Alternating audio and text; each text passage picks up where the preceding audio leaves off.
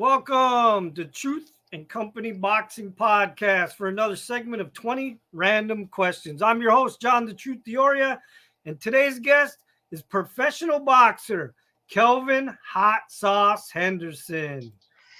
How you doing, Kalvin? I'm blessed, man. How we doing, John? Doing all right? Yeah, look at that. He's in the gym, still training. Stay in the gym, baby. It's my house. Got a cot right here on the floor.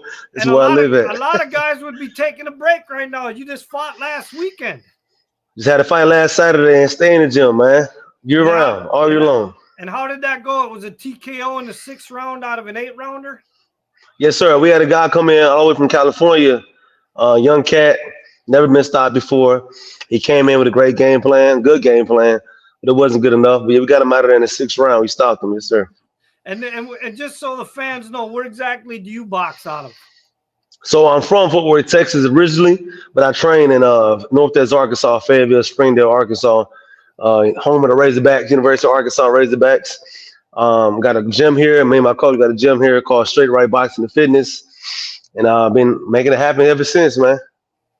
Okay. So listen, you ready for these random 20 questions? The question is, John, are you ready for these 20 random answers, baby? Oh, I'm ready. I'm ready. The fans are ready, and I'm ready. Let's get it. All right. Question 1. Now, I know because I did some research that you got an interesting story, but some of the boxing fans and the world boxing fans might not have any idea. So question 1, tell me about your background and your upbringing a little bit, not the boxing part, just your history.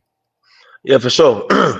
Like I said earlier, I'm from Fort Worth, Texas, born and raised. I started out just any other kid, you know what I mean, growing up with a family, got a big family, huge brothers, a lot of sisters, mom and dad. Went to school in Fort Worth, moved to a little small town outside of Fort Worth called Everman. Went to high school, graduated high school 2007. Got a music scholarship to the University of Arkansas.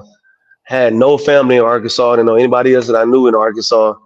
Came out here, fell in love with the school. Still wanted to go back to Texas after college, but it's just a great area. And I found my boxing coach my last year up here and stuck up here and stayed with it, man. But it's kind of crazy that you asked about the background, because I found out when I was 22 years old that I was adopted, and I found out then that all my biological dad and uncles, they was all fighters. And so for me to start fighting at the age of 15 and being natural at it and staying with it and just finding out later on in life that when that's your calling, it's in your DNA, it's just all surreal. But now, do you mind talking about how you found out? Do you mind telling that story? Yeah, for sure. Yeah, I was leaving the gym one day and I got a random message on Facebook. It was from a random person. The message said, call this number quick. It's about your family. And I'm thinking, oh, shit, somebody got kidnapped. You know what I mean? Like, what happened? Get held up for ransom. So I called that number, and it's my biological mother. And she just breaks down everything about the story, about the backstory, about what happened and where I'm from, and just kind of just blew up the whole world then. Wow, and then from the way I understood it, then you got a hold of who you thought your biological father was and questioned him about it, and then he told you the truth, right? Yeah, for sure. So then after that, it had to be like a 20-minute conversation with my biological mom. Then I instantly called my dad, who I called my dad, rest in peace. I called him, and he just confirmed everything. He's like, yeah, it's true, it's right. And then he even told me then, which is kind of weird, that when I wanted to box, I went into my parents' room when I was 15 years old. And I told them, I just had this inclination I want to box. They didn't tell me then, but when I left out that room, my dad looked at my mom and was like, you can't stop destiny. Like, this is his path. This is his destiny. You can't stop it. So it was kind of cool to kind of hear that in that moment. So now, did your adoptive parents, did they know about the boxing that was in your past? They knew it. Yeah, they knew it. So apparently Lawson, that's supposed to be my biological last name. The Lawsons in Fort Worth is a fighting family. Like, just a long line of fighters. Everybody in that fighter, every male has been a fighter of some sort. Professional, amateur, streets, whatever it is. It's just a fighting. And they're well known in Fort Worth. Okay. All right. So question 2, how did you get involved in the sport of boxing? So that day when I asked my parents can I box, of course they said no. You know what I mean? And, any other kid, kids, especially young men, when they're growing up, they hear about different stuff and avenues, and so quick they want to jump into it. My parents are old school. You know what I mean? If I want to do something, I had to show them. So when they told me no, I made up my own boxing stuff. I went to the garage. I had an old mattress in the garage. I would literally beat the shit out at the mattress, teaching myself different punches and just doing different stuff and stuff that I seen on TV or I seen on YouTube maybe. And then my mom was coming out to the garage to throw some laundry in the basket or something. And she saw me and she was like, boy, you for real, ain't you? I said, yes, ma'am, I'm for real. She said, okay, you know what? Tomorrow I'm going to take you to the boxing gym. And so I convinced him to take me to the gym. After that, man, it was something about him. I fell in love with it. Okay. Well, listen, we got to get to this nickname because I know the fans probably don't know and I don't know. And it's an original boxing nickname. They call you Hot Sauce. Where does that come from? Man, I tell this story a lot, and I wish it was a super cool story, but to me, it's pretty average. So when I was in high school, I used to put hot sauce on everything I ate. I mean, from the pizza to corn to mashed potatoes to salads, you name it, I put it on it. I even was carrying my own personalized bottle of hot sauce in my backpack in my pocket because the school wasn't happy for some reason. And so I kind of went from there to now where I make it hot in the ring now, man. Make it really hot in there. So when you're in the ring, you're going to feel that heat. For damn sure. Okay, that's an interesting story, though. It's an original name. Yes, sir. Yes, sir. You can't forget it either, man. Everybody loves it. No, you're right. People, once you hear it, you know it. You won't forget. Yes, sir. You're stuck. So question 3, what boxers have inspired you in your career? Man, it's a lot, man. Heavily though, I would have to say Andre Ward for sure. He was like one of my favorite fighters for a long time. I actually got to meet him and talk to him about that too. He said it for another time. But Andre Ward, of course, Roy Jones Jr. Like when I first started boxing, man, Roy Jones was the man. Like he was like untouchable, man. He was Floyd Mayweather before Floyd Mayweather. You know what I mean? He was considered the GOAT, knocking everybody out, doing it his way. He has a cool haircut. I have a haircut like Roy Jones Jr. Man, he heavily influenced me early on starting out in boxing. And then Sugar Ray Robinson too. He actually is my pound for pound #1 fighter of all time. Okay. Sugar Ray Robinson. All right. So question 4, do you have any hobbies outside the sport of boxing? Man, I wish I did, but boxing is my job and my hobby, man. That's all I do 24/7. You can see I'm in the gym right now. Of course, I'm a married father of 5. So when I'm not in the gym, I'm also being a father and a husband to my family. But man, boxing, man, it runs everything, man. Even my kids, my wife, they love it. You know what I mean? It's just part of my life, everyday life. Okay. All right. Question 5. A lot of your fans might not know this, and like I said, and new fans might not know this. But right now, whether you love them or you hate him, and I personally hate him. Hate's a strong word. I dislike him. You actually were one of Jake Paul's sparring partners for a few weeks, were you not? Oh, for sure. I was one of his main sparring partners. Okay, so question 5. Tell me about your experience being Jake Paul's sparring partner. Man, believe it or not, John, so I went into it with the same kind of idea and the thought process a lot of people do about Jake Paul. That he's not taking it serious, that it's some kind of antic or circus show for him. But when I got to camp with him, man, he's like my 7-year-old son right now, man. He really thinks he's a boxer. You know what I mean? Like there's nothing you can tell him.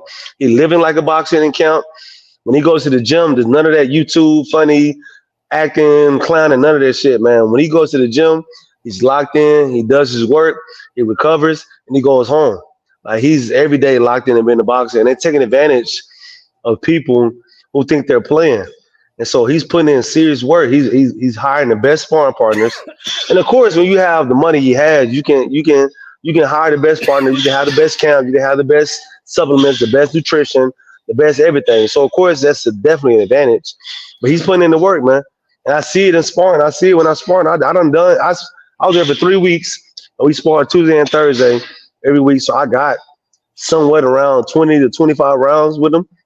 He's serious, man. He's definitely serious. So now, like you said, when the cameras are off him, now is he just does his demeanor change? Is he still act completely the same way that he does in front of the cameras? No, my experience with him is that when the camera's on, it's a job for him. You know what I mean? Like everybody else, when you're an actor, your job is to act a certain way when the camera's is on. And then when the camera's is off, he's just a regular person. And a regular person is serious about boxing. They watch film every day, and I was in the gym with them during warm-ups. They would have film on, watching film, prepping for their opponent.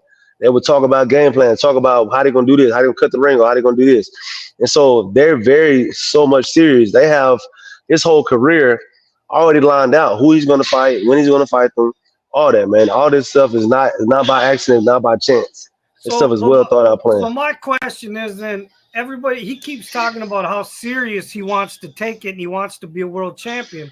So now why is he going to do this exhibition with Mike Tyson then? That's not taking it serious. So of course he's also got to make money too. He's also an entertainer as well. So when they after they fought the last MMA, I forgot who he fought, one of the Diaz brothers. After he fought him, you can kind of see a switch and change in pace of their career. They start fighting actual boxers or actually somewhat ranked in the top whatever in the weight class. And so that's how you climb those rankings. That and also they know the right people to keep climbing the rankings to eventually get to where it's at a shot and take advantage of it. But this, I consider this if it's for real deal, I consider this a pit stop. It's just a way to keep entertainment going, keep making money because he's not making money fighting the guys. The last two guys he fought, not in the first round, he's not making no money off of that. And so this fight with Mike Tyson, I think, is another way to get big revenue back going again to keep funding his dream, keep funding his career.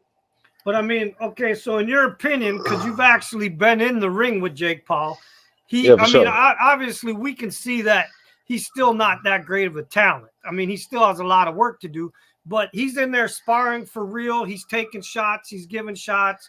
Like you said, when he's in the gym, he's focused, he's really trying to learn. So, I mean, your opinion is that he is really trying to be a legit boxer. For sure. And anybody that's only been boxing, 3 or 4 or 5 years, is going to also be capped at that limit. You can't, one thing you cannot buy, you can't buy experience. And so he's doing a lot of the same things other fighters do when they start their careers out, learn on the job, but just his is broadcasted to the world. You know what I mean? And so when I went to camp with him, at that point, I've been boxing for 17 years. He's been boxing for 3 years. So, of course, there's a huge experience gap. You know what I mean? So I knew going in that we was going to work with him and try to get him better and give him different looks and stuff like that. But he is literally, like I said, every round I sparred him, you can see him making adjustments and trying to figure out different things to get to me. But now when you go into a camp with somebody like Jake Paul, because he's a huge social media thing and they're putting all these fights together, do you have to sign some type of contract to say whatever you see here, whatever you hear here, you can't leak to the media, things like that? Of course, you got NDAs and shit like that. You got stuff that, like, for instance, when we first got to camp, they have it at that time announced a fight with him and Tommy Fury, so we couldn't have any videos, no pictures, none of that stuff like that, of course. But yeah, it's all about it. But now in this day and age, but back in the day, anytime you spar, you couldn't have cameras out either way. You know what I mean? You can record sparring. Now it's different because everything's about social media and clout now and shit. But back in the older days in boxing, man, you couldn't have cameras out in the gym. If it was a camera out, it was the person who camped it was. That's the only person that had a camera. Yeah. No, and I agree with you because now everybody puts sparring videos, and back in the day you weren't even allowed that. Why would you do that? Because exactly, you're letting your opponent see, and now people are using it for clout just to get fights. Exactly. You remember how it is back in the day, man? It was like a spoken gym rule, like unspoken gym rule. Like you don't record sparring, you don't post sparring, man. But now it's different these days. Everything's about likes and views and shares and shit, man. So it's just a different day and age, man. All right. Well, I guess you've given me a little bit to think about Jake Paul now because I've actually heard from a guy that's been in the ring with him. So maybe my opinion has changed slightly a little bit. I'll tell you what, John. I'm going to tell you this last story about Jake Paul. So, before I got in camp, everybody was talking about when he fought that Woodley character, that Woodley guy, and everybody thought that right hand he threw was premeditated or they had an agreement. Man, hell no, dude. So Jake Paul called me with a right hand in camp and sparring. Of course, like I said, I've been boxing 17 years. It didn't knock me down or knock me out or hurt me, but it hit me hard enough to know, like, all right, that motherfucker's for real. Like, he's not playing. So I went into the count, with my hand down, give him this, give him that. And he caught me with an overhand right. Boom. Instantly, like, oh shit, hell no, keep my damn hand up. So when he hit me with that right hand, that right there instantly let me know, oh, that right hand he hit John Willie with, or whoever was Tyrone Willie with, that shit wasn't fake. That was for real. Okay. All right. Well, you guys heard it here, man. Jake Paul's for real. All right. And I still whoop his ass though. If you want to fight me, I'm available, man. I still put them hands on his ass. Don't misunderstand that either though. Yeah. Well, I don't know if you've seen it yet, but a cruiserweight that's about to fight for the world title, he says he's going to win the world title, and he just called Jake Paul out and said, if you really want a world title shot, he said, when I win this world title, I'll give you a shot. He said, oh, shit. He said, but I don't think you can win. He said, but I'll give you the shot. Who is this? What cruiserweight? How do you say his name? Ryan Rosowski. Oh, okay. Yeah. How are you talking about? Hey, he's from Canada, right? He's from Canada? Yeah, he's got a lot of knockouts. He's a dangerous fighter. He said, pull up on me. You really want this shit, come get it. Yep. He said, if you want it, come get it. I'll give you a shot as soon as I win it. That's real. All right, question 6. What's the best place you've ever traveled to? Best place? Travel to for boxing or just period? No, just period. Man, best place I traveled to period had to be St. Lucia so far. St. Lucia, man, is an island, man. Beautiful, beautiful weather, beautiful food, beautiful scenery, man. Just when I say paradise, man, sheesh, paradise. My wife and I went a couple years ago for a vacation. We didn't want to return, man. Beautiful, St. Lucia. All right. Beautiful. Question 7. Do you have any boxing superstitions? Oh man, actually, I actually do.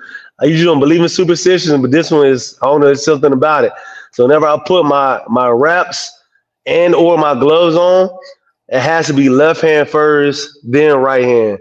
And the same way I take it off, I gotta be left hand first, then right hand, man. It's a weird superstition of mine, but I've been doing it for a long time. But believe it or not, there's a lot of boxers that have that same one. They either have to do right first or left first. Oh, wow. I've talked to them, and they do the same thing with their shoes, too. It's either got to be the left or the right first. So same here with me, too. And it's because I'm left-handed, but I fight in the right-handed stance, so it throws everybody off. I'm like, nah, I need my left hand on first, doc. I need my left hand first. Okay, question 8. Yes, do you have a pre-fight meal that you always have to eat before a fight? Not necessarily before the fight, but definitely post weigh-ins. It's always, I call it OG, Olive Garden, man. I know it ain't the most high quality food, but it's my food, man. It's delicious, man. It's always Olive Garden post weigh-ins. Well, you might want to get Olive Garden as a sponsor after they just heard that. You heard that? Olive Garden, come holler at me, man. You know where I'm at? Olive Garden, OG, it's the place to be. Olive Garden becomes the sponsor of hot sauce. That'll be the new news clip. That'll be it, man. Everybody will be like, what? Olive Garden sponsoring hot sauce? Yes, sir, man. Hot sauce. It'll be hot sauce the boxer. Hot sizzle, baby. All right, question 9. What's something that your boxing fans don't know about you? I'm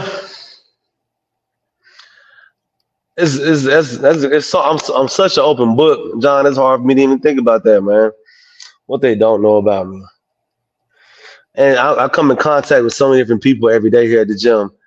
If you know me that I'm a clown, man. I call myself a part-time comedian. So I like to joke, I like to crack jokes on people, with people. But then when it's time to step into the ropes, it's all business. It's almost like I snap into a different person, like an alter ego. In between the ropes, man, I'm a motherfucking monster. Outside, I'm just a nice, calm, easygoing guy. Okay. Question 10. Who is someone in your life that has inspired you outside the sport of boxing? Oh, man. It has to be my mentor, father figure, and that's Mr. Kevin Lightside Lightburn. He's a gym owner, straight right boxing and fitness.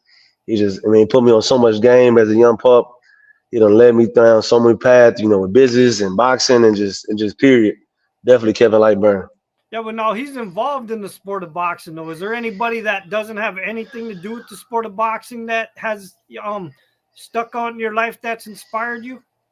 It's hard to answer because, boxing is such a major part of my life. You know what I mean? Like everything, like I told you, my kids and my wife. And so even though he is my boxing coach, we still hang out and have done so much with life, you know what I mean, just outside of boxing. And he really has seen me grow up into the man. He was there before I got married, before I had any kids, you know what I mean? So he done seen it all. Okay.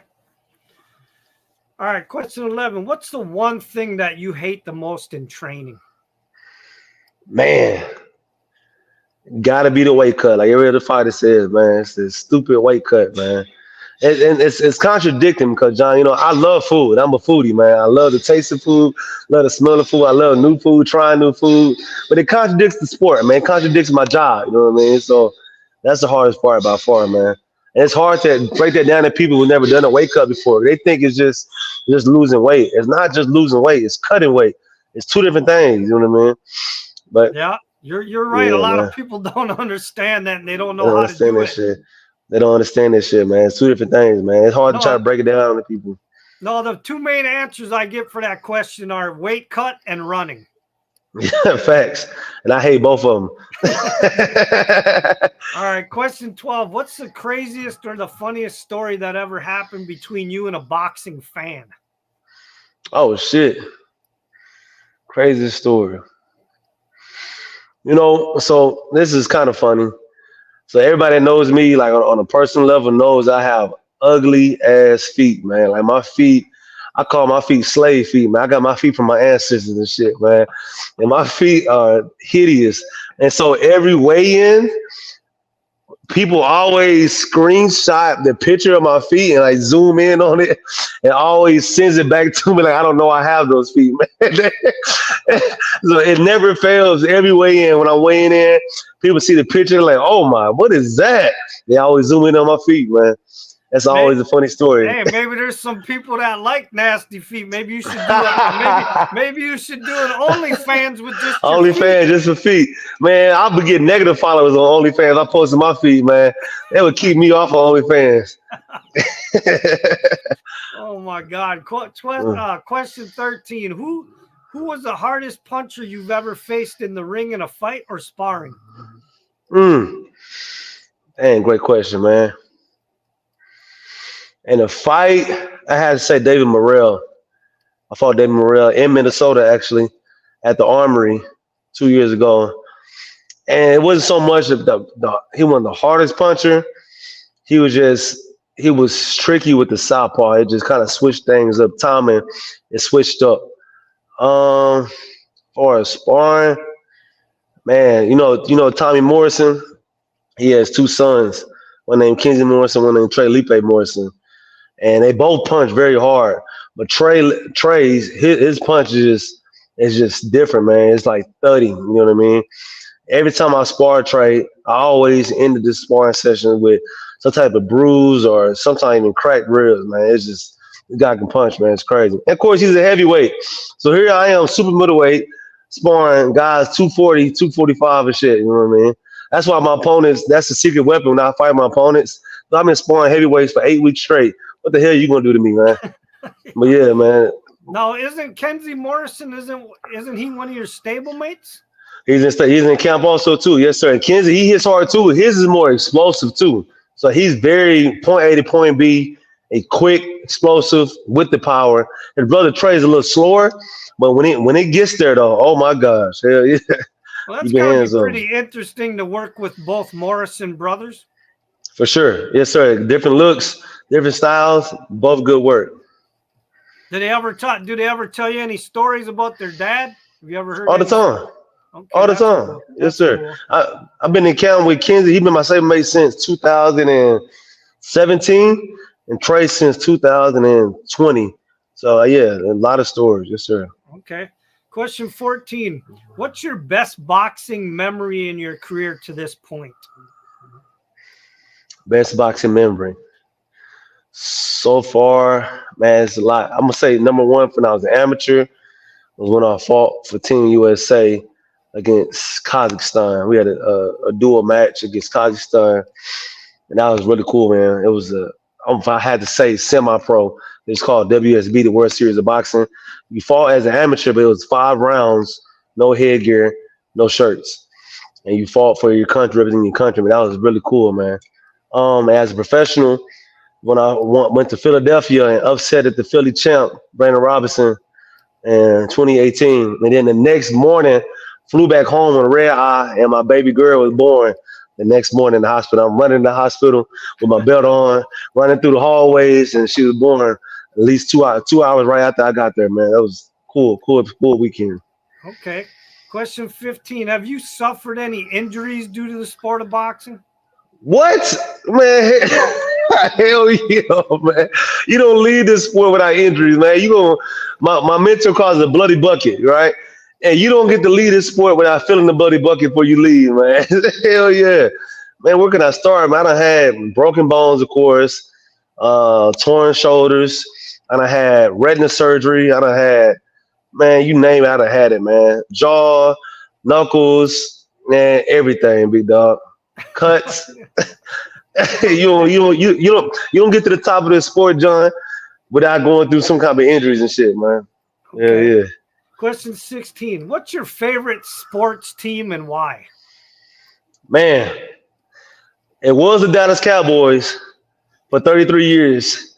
But now I told myself after the last season, I'm gonna be a closet Dallas Cowboy fan. I'm only gonna cheer for them in my house. Man, I was born into them. I'm from Fort Worth, Texas, so of course Dallas Cowboys. When I was born, they was the superstars of everything. And man, fun story too. Whenever I went out of the country, when I went to Dubai, soccer, football is the number one sport in the world, man. Like everybody's watching it. It's on TV every night. And I asked a couple people in the elevator who their favorite American football team was. They had no idea what the hell I was talking about. They was like, Dallas Cowboys. What is that? It just opens up your mind to how America thinks football is like the best thing ever. You know what I mean? In other countries, they never even heard of it. You know what I mean? But Dallas Cowboys, definitely. Dallas Cowboys. All right, question 17. If you could have any musical artist walk you out to the ring for a fight, who would it be? Oh, man, that is a great question, Sean. I have never been asked that question ever, man. Musical artist. And I was a music education major in college too, man. So I might say somebody you ain't never heard of before, man. Musical artist, man. Artist. Dude, gosh.